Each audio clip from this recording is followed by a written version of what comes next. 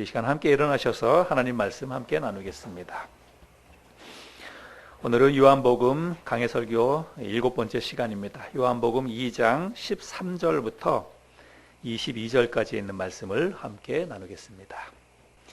유대인의 유월절이 가까운지라 예수께서 예루살렘으로 올라가셨더니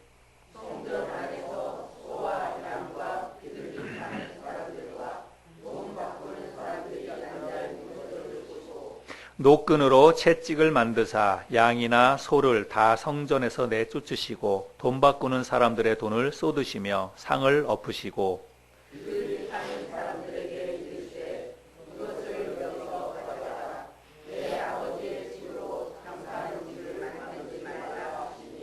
제자들이 성경 말씀에 주의 전을 사모하는 열심이 나를 삼키리라 한 것을 기억하더라.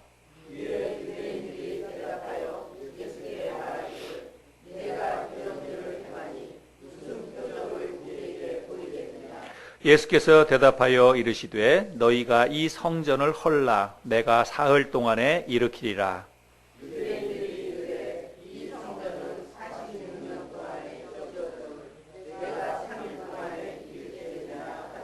그러나 예수는 성전된 자기 육체를 가리켜 말씀하신 것이라. 죽은 자 가운데서 살아나신 후에야 제자들이 이 말씀하신 것을 기억하고 성경과 예수께서 하신 말씀을 믿었더라. 아멘. 여러분에게 있어서 요즘 가장 큰 관심사는 여러분 무엇인가요? 예, 조국이에요. 예, 우리 김태현 자매님 대단한 센스이십니다.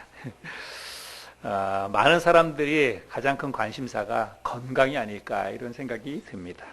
특별히 우리나라 사람들은 유독 그 건강에 참 관심이 많은 것 같아요. 그래서 한강변을 중심으로 해서 그 강변의 그 도로에 보면 뭐 새벽부터 밤 늦은 시간까지 사람들이 걷고 뛰고 자전거 타고 운동 참 열심히 많이 합니다.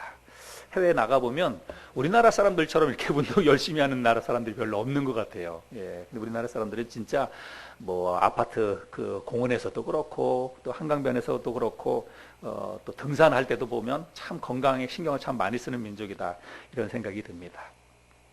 근데 여러분 육체의 건강에 신경 쓰는 것만큼 정신 건강에도 신경을 쓰는가 생각을 해보면 그렇지 않은 것 같아요.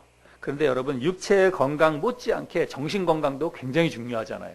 그래서 사람들이 얘기할 때 스트레스가 만병의 근원이다 이렇게 이야기를 하지 않습니까? 정신적으로 스트레스를 받는 거는 이 육체의 건강을 해치는 아주 큰 원인이 되기도 하고 그렇습니다. 그런데 사람들이 육체를 단련하고 몸 건강을 위해서 운동들은 많이 하지만 정신 건강을 자기가 잘 관리하기 위해서는 그다지 신경을 좀 안 쓰는 게 아닌가 이런 생각이 듭니다.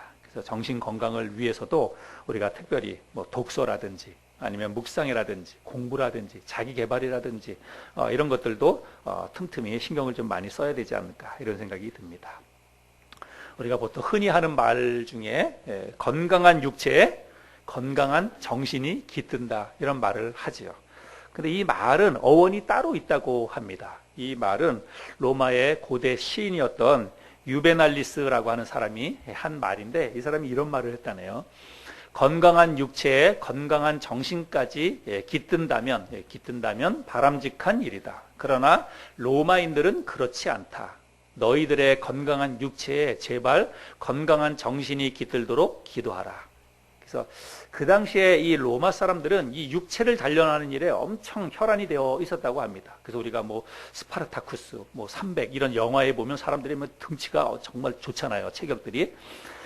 근데 육체를 단련하는 그런 일에는 사람들이 많이 노력을 했는데 특별히 정신 건강, 바른 건강한 정신을 갖는 데는 사람들이 별로 이렇게 신경을 안 썼다는 것입니다. 그래서 정신적으로는 타락하고 부패하고 그랬다는 거죠. 그래서 이 시인이 이 로마 사람들을 염두에 두고 그들이 육체를 단련하는 데 비해서 정신이 너무 해이하고 또 부패한 삶을 사는 모습을 보면서 제발 정신 건강에도 좀 신경 쓰고 살아라 라고 하는 한마디로 좀 비꼬는 말로 이런 말을 했다는 것입니다. 그래서 이 말에서부터 건강한 육체에 건강한 정신이 깃든다 이런 말도 나왔다는 것입니다. 운동을 열심히 해서 건강한 육체를 갖는 것도 중요하지만 우리 정신 건강을 잘 돌아봄으로 인해서 우리가 건강한 이 정신 이것을 갖는 것도 참 중요하다 이런 생각이 듭니다. 오늘 우리들이 함께 나누는 이 말씀은 이런 면에 있어서 우리들이 생각해 볼 좋은 교훈을 주는 그런 말씀이라고 생각이 됩니다. 오늘 우리들이 함께 읽었던 오늘 이 본문의 말씀은 예수님께서 6월절에 성전을 청결하게 하신 그 이야기가 기록되어져 있습니다. 그래서 우리가 일명 성전 정화 사건, 성전 청결 사건, 우리가 그렇게 기억하고 있는 그런 본문의 내용이지요. 유대인들에게 있어서 이 6월절이라고 하는 이 절기는 정말 중요한 절기입니다. 가장 중요한 절기 혹은 가장 중요한 명절이라고 할 수 있습니다. 그래서 그 당시에 모든 유대인들은 6월절이 되면 예루살렘으로 다 모였습니다. 유대인들 뿐만이 아니라 이방인들 가운데에서도 이스라엘 민족 사람들이 믿는 그 하나님을 마음속에 믿었던 그런 이방인들도 역시 6월절이 되면 다 예루살렘으로 모여들었습니다. 우리가 성경에서 에티오피아 여왕 간다게의 국고를 맡고 있었던 그 내시가 예루살렘에 와서 예배하고 돌아가던 길에 빌립을 만났던 그 사건을 우리가 볼 수 있죠. 그 사람 역시 이방인의 대표되는 사람인데 그 사람도 예루살렘에 와서 절기 때 예루살렘에 와서 하나님을 예배하고 돌아가는 그런 모습을 성경에 기록되어 있습니다. 많은 유대인들이 그리고 많은 이방인 가운데에서 하나님을 믿는 사람들이 이 6월절 절기가 되면 예루살렘으로 모여들었어요. 근데 그 이유가 뭘까요? 그 이유는 예루살렘에 성전이 있기 때문입니다. 그 성전이 예루살렘에 있기 때문에 그 성전에 와서 소나 양이나 염소나 이런 희생 제물을 성전에 제물로 바치면서 하나님을 경배했기 때문에 그래서 예루살렘으로 모여들었다는 것입니다. 예수님도 6월절을 맞이해서 이제 6월절 절기를 지키기 위해서 갈릴리에서 예루살렘으로 내려오셨습니다. 그래서 예루살렘으로 오셔서 예수님이 성전에 올라가셨는데 그만 성전에서 보지 말아야 할 것들을 예수님이 보고 말았습니다. 성전 안에 갔더니 많은 사람들이 소나 양이나 염소를 그리고 비둘기를 그 성전 안에서 팔고 있었습니다. 그리고 돈 바꿔주는 사람들이 그곳에서 자리를 들고 앉아서 소리를 질러가면서 돈을 바꿔주는 그런 모습들을 살펴보게 되었습니다. 여러분 한번 그 상상을 해보세요. 그 성전 그 안에 온갖 짐승들이 소나 양이나 염소가 그 안에서 매매가 되고 있었다 그러면 여러분 그냥 뭐 소나 양이나 염소가 얌전히 있지 않아요. 여기저기서 울고 불고 막 난리가 나고 그리고 똥도 싸놓고 사람들이 또 자기 그 소나 양이나 뭐 비둘기나 이런 것들을 조금 잘 팔기 위해서 막 소리 지르고 여기가 싸다 저기가 싸다 막 이제 그런 일들이죠. 돈 바꿔주는 것. 그야말로 우리가 한마디로 얘기하는 돛대기 시장이라고 그렇게 생각하시면 됩니다. 그런데 이 성전 안에서 이런 돛대기 시장 같은 일들이 벌어지고 있었는데 사실은 이런 일들은 얼마든지 있을 수 있는 일들입니다. 어쩌면 그런 일들이 당연히 있을 수밖에 없는 그런 일이에요. 왜 그런가 하면 6월절 절기에 하나님을 예배하기 위해서 사람들이 그 성전에 올 때에는 빈손으로 올 수가 없습니다. 그래서 하나님을 예배할 때는 반드시 소나 양이나 염소나 비둘기나 이런 짐승을 가지고 왔어야 돼요. 그래서 그 짐승을 하나님의 성전에 제사장에게 갖다 드리고 그 제사장이 그 제물을 받아서 하나님 앞에 제사를 드려야 했기 때문입니다. 그런데 한번 생각해 보면 예루살렘이라든지 그 근처에 사는 사람들은 그냥 자기 집에서 기르던 짐승을 끌고 오면 돼요. 그리고 뭐 가까운 곳에서 사람들에게 짐승을 사서 가지고 오면 됩니다. 그런데 문제는 멀리 있는 사람들이에요. 저 위에 갈릴리에서부터 여기까지 오려면 한 3일 길을 걸어서 와야 되는데 그 갈릴리에서부터 오는 유대인들 그리고 그것보다 더 먼 곳에서부터 또 유대인들이 절기를 맞이해서 이렇게 오는데 거기서부터 소나 양이나 염소를 끌고 올 수가 있겠습니까? 내 몸 하나 오는 것도 힘든데 그러니까 사람들이 그냥 오는 거예요. 빈몸으로 와서 예루살렘에서 소도 사고 염소도 사고 양도 사고 하나님 앞에 제물로 바칠 그 짐승을 사는 것입니다. 그러니까 자연스럽게 예루살렘에는 이 소나 양이나 염소를 파는 그런 가축 시장이 이제 형성이 되게 된다는 것입니다. 그리고 그 당시에는 로마가 지배하고 있었던 때였기 때문에 공용 화폐가 로마 화폐예요. 그래서 이스라엘, 예루살렘에서도 다 로마 화폐를 쓰고 있었습니다. 그런데 유대인들은 이 자부심도 강한 민족이고 하나님 앞에 특별히 성전에 세를 낼 때는 두세 개씩 유대인들이 쓰는 그 유대 화폐만을 사용을 했습니다. 그리고 하나님 앞에 제물을 드릴 때도 당연히 거룩한 제물을 드렸지만 제물을 사고 팔 때도 그것도 역시 하나님 앞에 드리는 그런 수단이라고 생각을 했기 때문에 로마 화폐를 받지 않았어요. 그래서 자기들이 가지고 있던 소나 양이나 이런 걸 팔 때도 유대인의 화폐만을 받았습니다. 그러니까 자연스럽게 그 예루살렘 안에는 환전상이 생겨날 수밖에 없었다는 것입니다. 그런데 문제는 뭐냐면 이게 성전 안에서 이런 일들이 일어났기 때문에 이게 문제가 된다는 것입니다. 성전 밖에서 그런 일들을 하면 얼마든지 할 수 있는 거예요. 바깥에서 소나 양이나 염소를 사고 팔고 돈도 바꾸고 뭐 이런 일들을 하고 성전에 들어올 때에는 그냥 정말로 자기가 미리 준비해서 사왔던 그 희생 제물만을 가지고 와서 거룩하게 그리고 하나님 앞에 경건하게 그렇게 제물을 드리면서 제사를 드려야 됐는데 문제는 뭐냐면 성전 안에서 그런 일들이 벌어지고 있었다는 게 문제이지요. 그래서 주님께서 성전 안에서 돗대기 시장처럼 그렇게 물건을 사고 팔고 사람들이 소리를 지르고 막 이런 모습들을 보면서 예수님께서 이제 그 채찍을 만들어서 노끈으로 채찍을 만들어서 그 성전을 정결하게 다스리는 그런 일들을 하게 됩니다. 그런데 우리가 이 말씀을 보면 예수님께서 성전 그 노끈으로 채찍을 만들어서 그걸 막 휘두르면서 짐승을 내쫓고 막 이렇게 했다고 하는 이 말씀을 읽으면 예수님이 이제 어떤 감정을 조절하지 못하고 분노를 표출하고 막 이렇게 한 것처럼 그렇게 생각을 하지만 사실은 그렇지 않아요. 예수님께서 노끈으로 채찍을 만들어서 이 짐승들을 직접 때리면서 이 짐승을 내쫓은 게 아닙니다. 그냥 주변에 그 채찍만 들고 이렇게 해도 짐승들은 겁을 먹고 이제 도망을 가니까 그래서 짐승을 직접 때리면서 한 것이 아니라 성전에서 이 짐승들이 나가도록 주인이 그 짐승들을 끌고 성전 밖으로 나가도록 그렇게 하셨다는 거죠.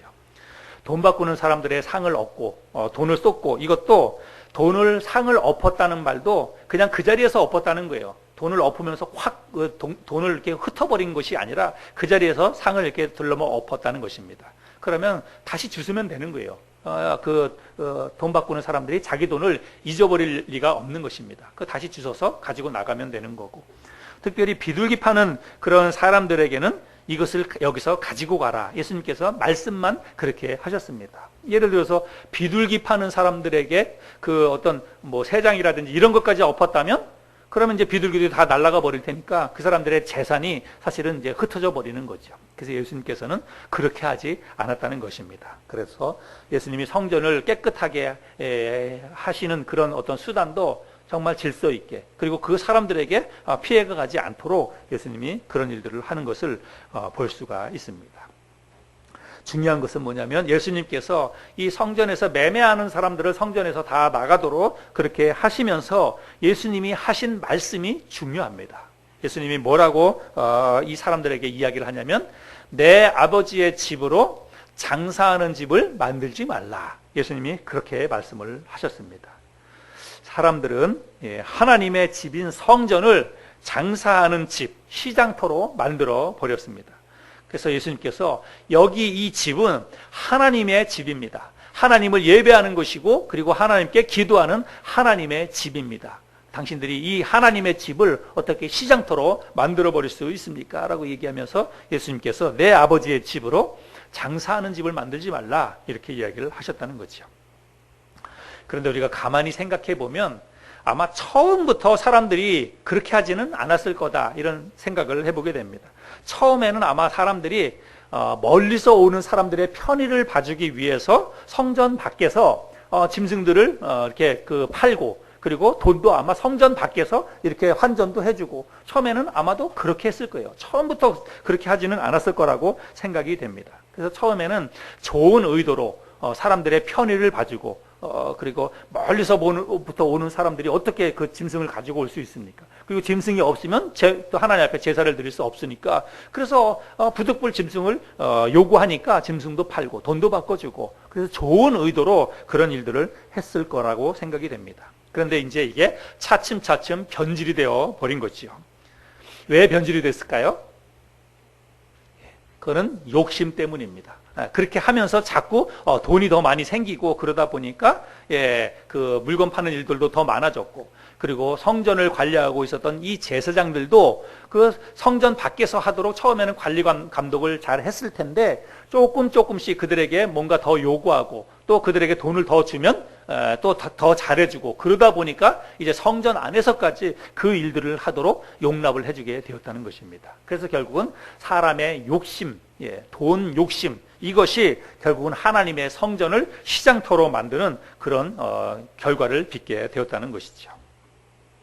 우리가 이런 말씀들을 생각하면서 우리의 신앙을 한번 점검해 보면 좋겠습니다. 여러분, 우리가 하나님의 교회에서 신앙생활을 하고 또 하나님의 몸된 교회를 세우기 위해서 함께 헌신하고 함께 섬기고 함께 봉사할 때에 여러분, 우리의 마음의 동기가 처음에 가졌던 순수한 마음, 처음 내가 가지고 있었던 그 깨끗하고 순수한 하나님의 교회를 섬기기 위해서, 하나님의 교회를 세우기 위한 그 마음에서 변질되면 안 된다는 것입니다. 우리 그리스도인들의 마음은 처음과 끝이 같아야 되고 오히려 처음보다 끝이 더 좋을 수 있어야 합니다. 우리의 신앙도 마찬가지예요. 내가 처음에는 열심히 주님을 섬기고 또 열심히 하나님을 위해서 신앙생활을 했는데 나중에 가면서 점점 그 믿음이 식어지는 그런 사람들을 우리가 많이 봅니다.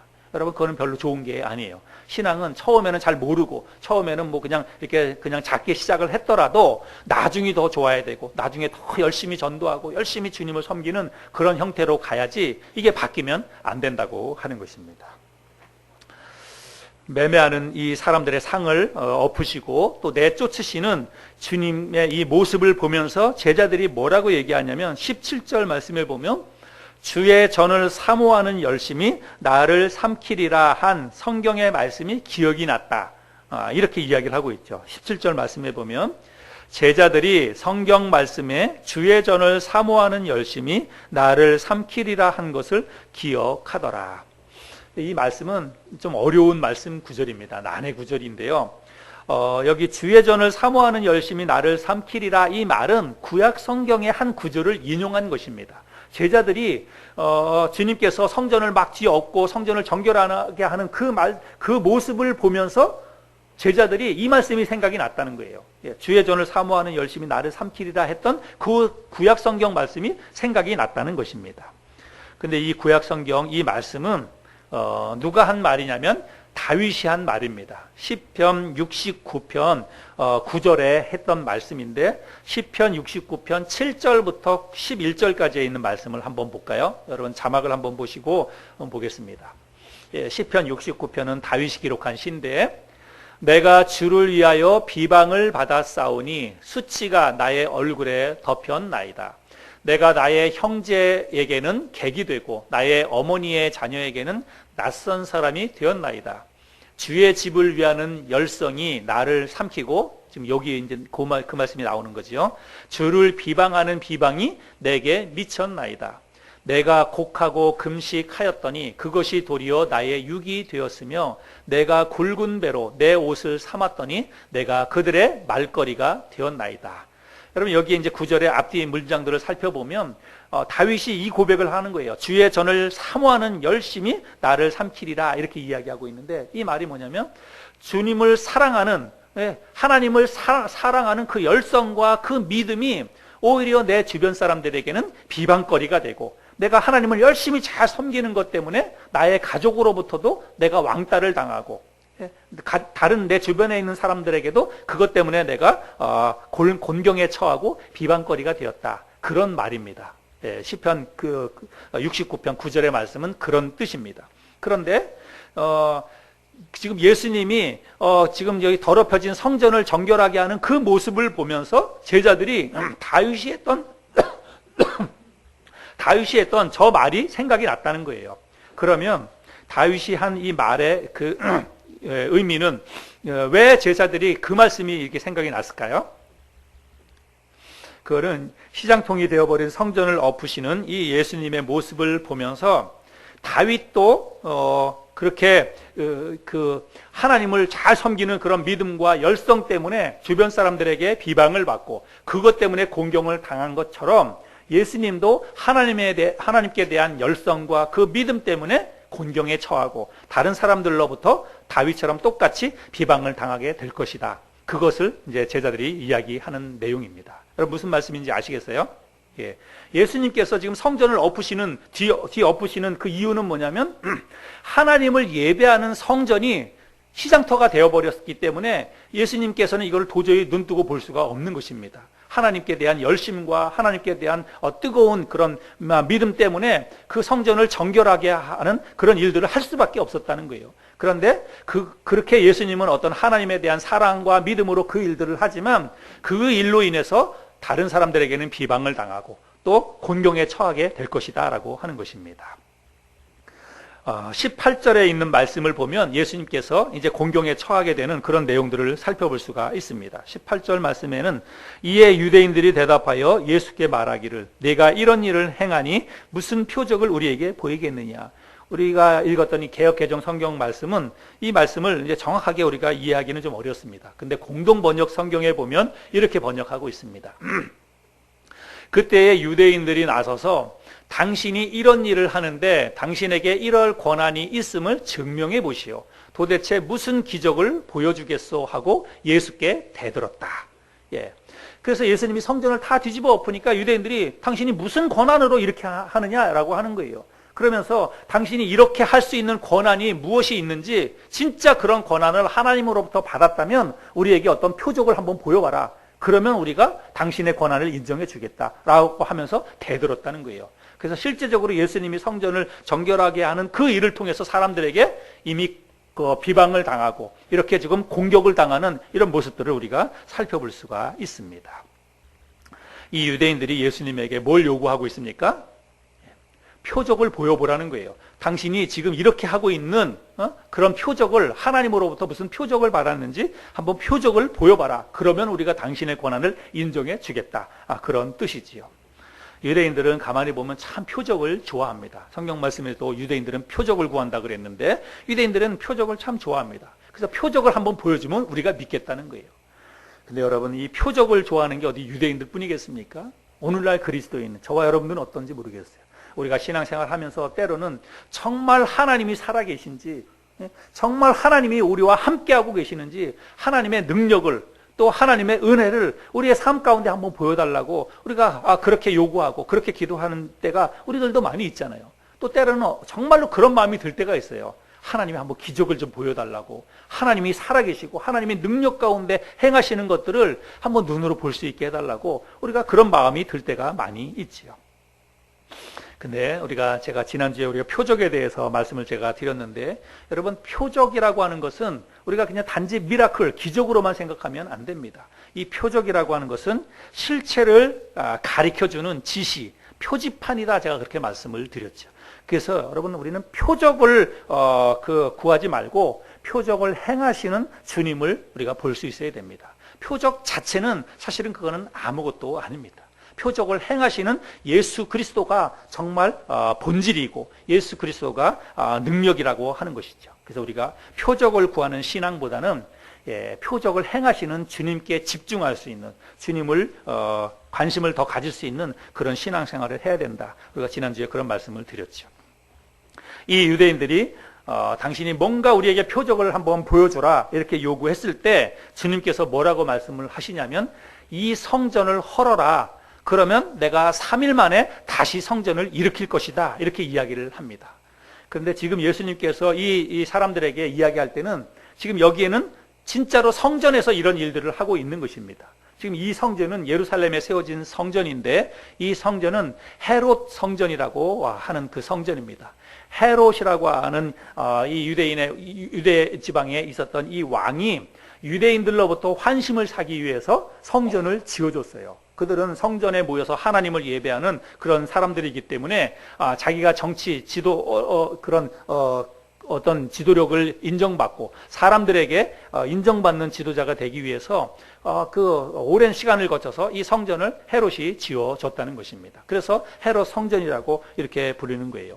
근데 이 성전은 이 말씀에서도 우리가 읽어보겠지만 46년간의 공사 기간을 거쳐서 지금 지어졌다는 것입니다. 지금도 이 말씀이 기록될 당시에도 아직 완공이 다 되지 않았어요.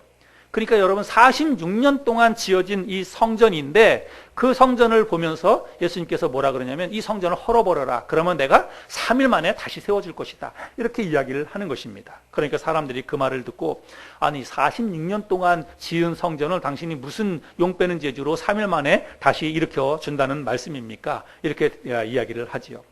그런데 예수님께서 그런 사람들의 대답을 듣고 뭐라고 얘기하냐면 21절에 보면 그러나 예수는 성전된 자기 육체를 가리켜 말씀하신 것이라 이렇게 이야기를 합니다. 그래서 실제로 예수님께서 이런 대화는 지금 헤롯 성전에서 이런 대화를 하지만 예수님께서 이 성전을 헐어라. 그러면 내가 3일 만에 다시 일으켜 줄 것이다. 이렇게 얘기한 거는 그 눈에 보이는 헤롯 성전을 보고 이야기한 것이 아니라 자기 자신의 육체를 보고서 그렇게 이야기했다는 것입니다.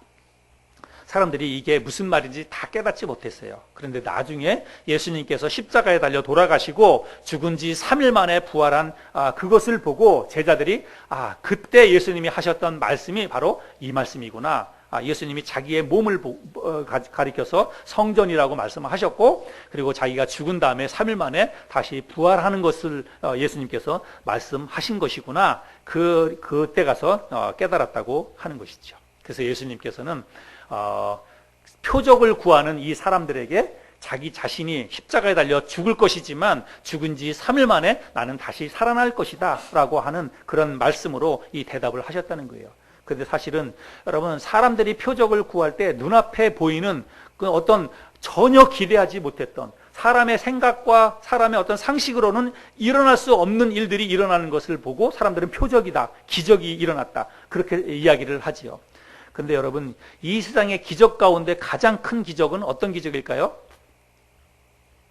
여러분 우리가 이 세상을 살아가면서 사람들이 만들어내거나 혹은 사람들이 눈으로 볼 수 있는 기적 가운데 가장 큰 기적이라고 하면 여러분 어떤 기적일까요? 죽은 사람이 다시 살아나는 것입니다. 여러분 죽은 사람이 다시 살아나는 것 말고 다른 거 우리가 행할 수 있는 그런 것들은 여러분 그거는 사실은 죽은 사람이 살아나는 거에 비하면 아무것도 아니에요. 그런데 진짜로 예수님이 사실은 진짜 표적을 보여주시는 거죠. 여기 말씀에. 그래서 예수님께서는 이제 내가 십자가에 달려 죽을 것이지만 나는 3일 만에 다시 살아날 것이다. 그것을 예수님께서 말씀하셨고 그것이 아마 유대인들이 이 당시에 요구했던 가장 큰 그런 표적 가운데 하나인데 사람들은 이제 그것을 잘 이해하지 못하고 또 잘 믿지 못하고 그것이 문제였다는 것이죠. 오늘 우리가 예수님께서 성전을 정결하게 하신 이 사건들을 우리가 살펴보았는데 오늘 이 말씀을 통해서 우리가 예수 그리스도를 또 우리가 요한복음을 통해서 우리가 계속해서 말씀을 같이 나누고 있는데 요한복음을 나누면서 우리가 배우는 그런 교훈은 뭐냐면 우리가 알고 있었던 예수님, 그동안 우리가 믿고 있었던 예수님을 우리가 좀 새롭게 발견하고 또 예수님의 어떤 능력이라든지 예수님이 하신 말씀을 통해서 예수 그리스도가 어떤 분인지를 우리가 새롭게 발견하고 믿을 수 있는 그런 시간들이 되었으면 좋겠는데 오늘 우리가 이 말씀을 통해서 만나는 예수님은 성전을 회복시키시는 그런 예수님이십니다. 여러분 이 사건이 있을 당시만 하더라도 유대인들은 지금 성전 제사, 성전 예배를 드리고 있었습니다. 여러분 이 말은 뭐냐면 사람들이 그 당시에도 하나님을 예배하기 위해서는 반드시 예루살렘으로만 왔어야 돼요. 오늘날 우리들이 예배는 어느 곳에서든지 우리가 예배를 드립니다. 우리가 여기는 지금 보정동에 있는 하늘소망교회에서 예배를 드리지만 하나님이 여기만 계시는 것이 아닙니다. 저 중국 땅에서도 베트남에서도 러시아에서도 어느 곳에서든지 예수 그리스도의 이름으로 모여서 하나님을 예배하는 그 예배는 하나님이 다 받으십니다. 하나님은 천지우주에 충만하신 분이시기 때문에 그래요. 그러나 이 당시에 아직 예수 그리스도께서 십자가에 달려 돌아가시기 전에 이때만 하더라도 예수님은 우리 하나님은 성전 예배를 받으셨어요. 그래서 성전에 계시면서 성전에서 드려지는 그 예배를 하나님이 받으셨다는 것입니다. 그래서 하나님을 예배하기 위해서는 반드시 그 장소에만 왔어야 해요. 그리고 그 장소에 올 때는 반드시 희생 제물을 가지고 왔어야 했다는 것입니다. 이게 바로 성전 예배라고 하는 것인데 사람들이 희생 제물을 가지고 하나님 앞에 나와서 그 희생 제물을 드림으로 인해서 하나님 앞에 예배를 드리고, 하나님은 그들이 드리는 이 희생 제물을 받으시면서 그들의 예배를 받으시고 그들과 하나님이 좋은 바른 관계를 맺고 계셨다는 것입니다. 그런데 우리가 잘 아는 것처럼 구약 성경의 마지막 선지자인 말라기가 기록한 이 말라기 성경을 읽어보면 유대인들의 이 성전 예배, 성전 제사가 이미 변질되어 버렸다는 것을 우리가 알 수가 있습니다. 많은 사람들이 하나님이 얘기하셨던 하나님의 기준에 맞는 제물을 가지고 와서 하나님을 예배해야 하나님이 그 예물을 받으셨는데, 그 사람들이 그렇지 않았어요. 병든 거, 눈먼 거, 절룩발이, 이런 것들을, 그 제물을 가지고 와서 하나님을 예배하겠다고 해서 그렇게 하나님 앞에 나옵니다. 그런데 그러면서도 그런 마음도 그거를 귀찮아하고 그리고 그거를 번거롭게 여겼다고 말라기 성경에서 기록하고 있습니다. 병든 거, 눈먼 거, 절룩배기, 얼룩배기, 이런 희생제물, 하나님 앞에 절대로 드릴 수 없는 그런 흠이 있는 희생제물을 가지고 와서 하나님을 예배한다고 하면서도 그것조차도 번거롭게 여기고 귀찮게 여기고 그랬다는 것입니다. 이미 구약 성경 그 마지막 시대에 그들은 그런 예배를 드리고 있었습니다. 그런데 오늘 이렇게 본문 말씀해 보면 이제는 더 그 당시보다 훨씬 더 상태가 심각해졌어요. 그래서 타락한 제사장들이 성전 안에서 매매나 환전을 허락해주고 그걸로 인해서 뒷돈을 챙기고 있었다는 것입니다. 성전을 잘 관리하고 제사를 주관해야 될 그런 영적인 지도자들이 돈에 눈이 멀어서, 그래서 성전을 그야말로 하나님을 예배하는 성전을 그야말로 돗대기 시장으로 만들고 말았다는 것입니다. 이런 것을 보고 주님께서 이제 성전을 정결하게 하신 것이죠. 그런데 예수님께서 성전을 정결하게 하신 오늘 이 내용을 통해서 우리가 두 가지를 볼 수가 있는데, 첫 번째는 뭐냐면 1차적으로 지금 여기 그 헤롯 성전에서 하나님을 예배하는 이 헤롯 성전의 기능을 예수님께서 회복시켜 주셨다는 것입니다. 그래서 그곳을 정결하게 해주시고, 이제부터 너희가 이 성전을 시장터로 하면 안 된다. 여기에서는 정말 거룩하게 경건하게 하나님만을 예배하는 곳으로 이곳을 사용해야 한다. 예수님께서 그 당시에 있었던 유대인들에게 그것을 가르쳐 주셨습니다. 그리고 또 하나는 우리가 말씀을 통해서 살펴보았지만 자기 자신의 몸이 곧 성전이라고 하는 사실을 이때 비로소 사람들에게 가르쳐 주셨습니다. 네, 여러분, 유대인들은 매번 하나님을 예배하거나 하나님께 제사를 드릴 때에는 반드시 소나 양이나 염소나 이런 희생 제물을 가지고 와서 하나님을 예배할 수밖에 없었습니다. 그런데 예수님께서는 앞으로는 이제 그럴 필요가 없다라고 하는 것들을 오늘 이 말씀을 통해서 가르쳐 주시는 거예요. 너희들이 지금까지는 매번 희생 제물을 가지고 와서 짐승을 끌고 와서 하나님을 예배해야 했지만 이제부터는 그럴 필요가 없다는 것입니다. 내가 곧 희생 제물이 되어서 내가 너희들을 대신하는 희생 제물이 되어서 하나님 앞에 드려질 것이기 때문에 이제 영원히 한 번의 제사로 영원한 속죄를 이룰 것이기 때문에 이제부터는 짐승 제사로 제사를 드릴 필요가 없다라고 하는 것들을 예수님께서 이 사건을 통해서 가르쳐 주셨다는 것입니다. 여러분, 우리가 히브리서 9장 말씀해 보면 그런 내용이 있죠. 히브리서 9장 11절부터 14절 말씀해 보면 그리스도께서는 장래 좋은 일에 대제사장으로 오사 손으로 짓지 아니한 것 곧 이 창조에 속하지 아니한 더 크고 온전한 장막으로 염소와 송아지의 피로 하지 아니하고 오직 자기의 피로 영원한 속죄를 이루사 단번에 성소에 들어가셨느니라. 염소와 황소의 피와 및 암송아지의 죄를 부정한 자에게 뿌려 그 육체를 정결하게 하여 거룩하게 하거든 하물며 영원하신 성령으로 말미암아 흠없는 자기를 하나님께 드린 그리스도의 피가 어찌 너희 양심을 죽은 행실에서 깨끗하게 하고 살아계신 하나님을 섬기게 하지 못하겠느냐. 그래서 히브리서 저자가 예수님께서 하신 그 희생 그 제사의 의미를 이렇게 설명을 하고 있습니다. 그래서 예수님께서는 이제 성전이라고 하는 것은, 여러분, 성전은 그 고유의 기능이 있어요. 성전이 왜 존재합니까? 성전은 하나님을 예배하는 장소예요. 이스라엘 백성들이 하나님을 만나고 하나님을 예배하기 위해서 만들어진 것이 성전이라고 하는 것입니다.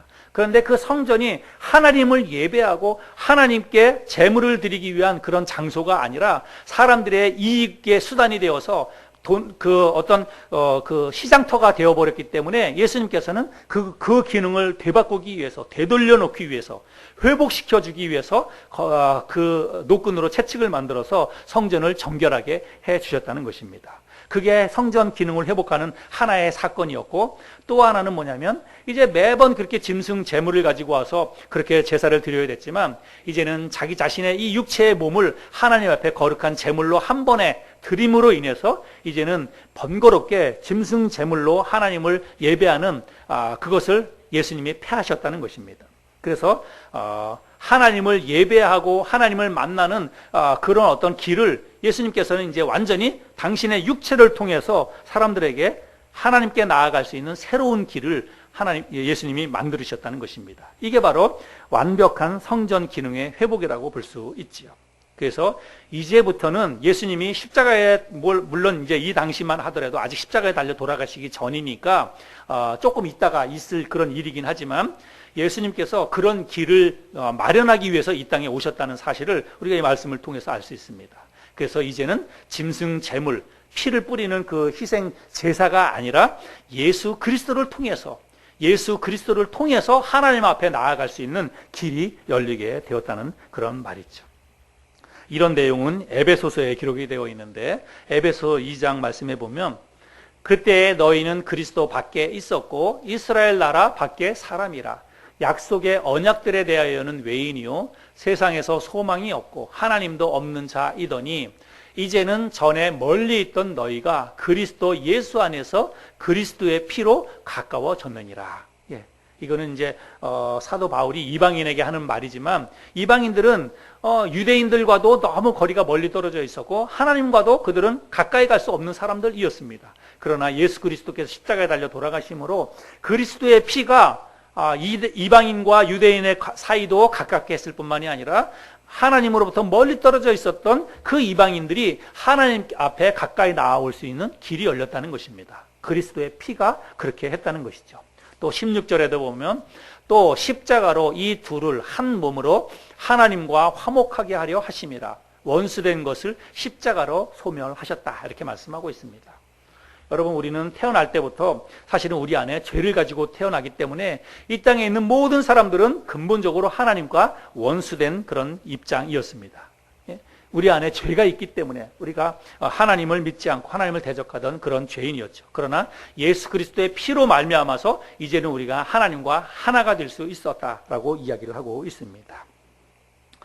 여러분 이 당시에 대부분의 유대인들은 우리가 말씀을 통해서 확인해 볼 수 있지만 대부분의 유대인들은 형식적이고 그리고 의무적인 종교 생활에 빠져 있었습니다. 신앙생활이라고 하는 게 그저 돈벌이 수단이었어요.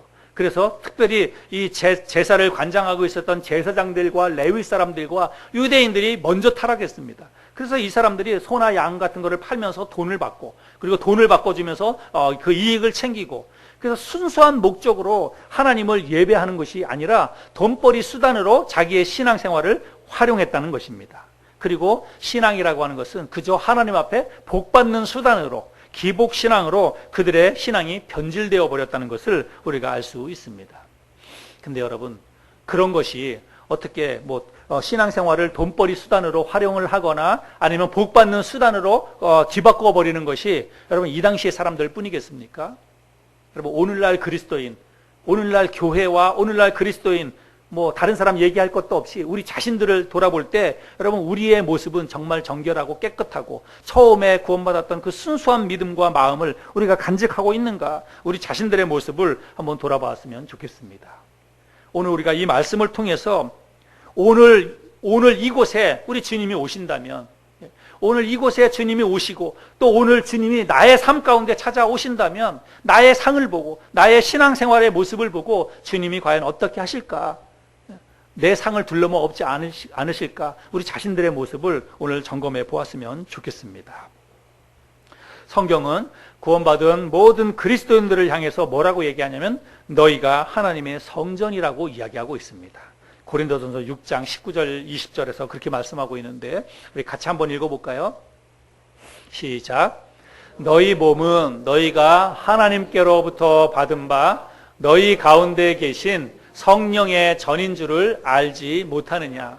너희는 너희 자신의 것이 아니라 값으로 산 것이 되었으니 그런즉 너희 몸으로 하나님께 영광을 돌리라. 여러분 여기 말씀해 보면 너희 몸은 너희가 하나님께로부터 받은 바 너희 가운데 계신 성령의 전인 줄을 알지 못하느냐 이렇게 말씀하고 있습니다. 여러분 성령의 전이 곧 성전이에요. 성전. 그런데 그 성전은 예배당을 성전이라고 이야기하지 않고 너희 몸을 성전이라고 이야기하고 있습니다. 여러분 예배당은 예배 드리는 공간이에요. 물론 예배당도 우리가 하나님을 예배하는 곳이기 때문에 할 수만 있다면 깨끗하고 정결하고 거룩하게 우리가 사용을 해야 합니다. 그러나 예배당을 성전이라고 일컫는 것은 사실은 성경적이지 않아요. 성경에서는 예배당을 성전이라고 이야기하지 않습니다. 구약시대 때는 그랬지만 예수 그리스도께서 오신 이후에는 그렇게 표현하고 있지 않습니다.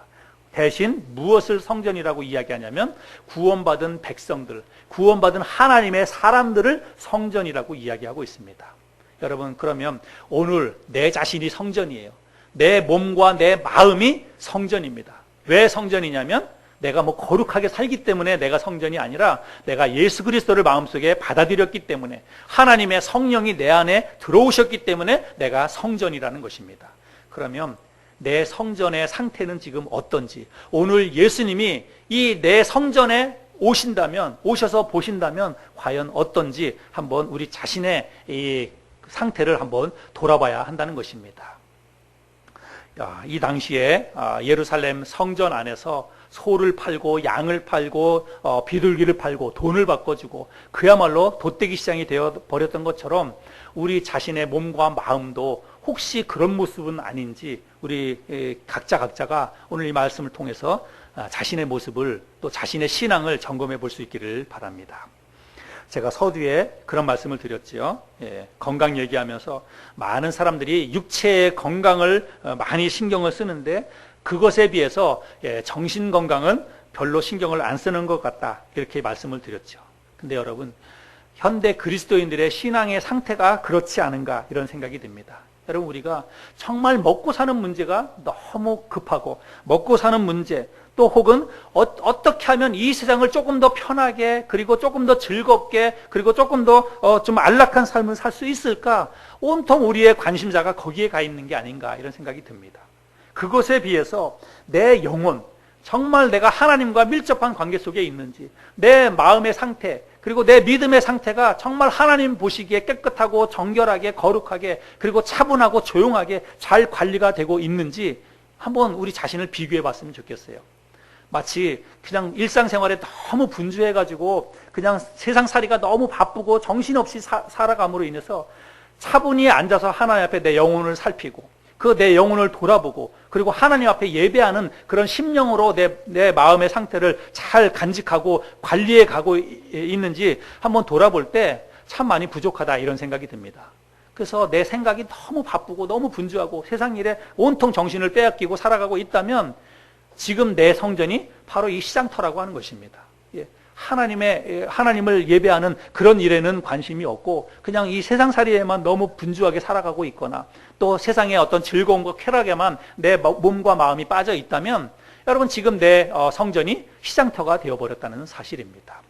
그래서 오늘 이 말씀을 통해서 내 자신의 어떤 성전의 상태가 어떤지를 돌아보고 하나님께서 내 아버지의 집으로 장사하는 집을 만들지 말라고 하신 이 주님의 말씀을 오늘 나에게 주시는 말씀으로 우리 각자가 마음속에 새겨들었으면 좋겠습니다.